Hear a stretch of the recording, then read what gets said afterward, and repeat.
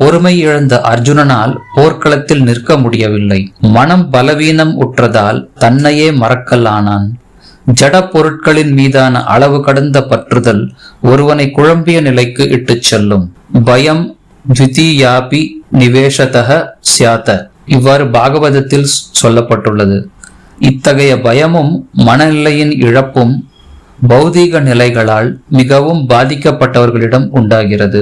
போர்க்களத்தில் அர்ஜுனன் துக்ககரமான விளைவுகளை மட்டுமே கண்டான்.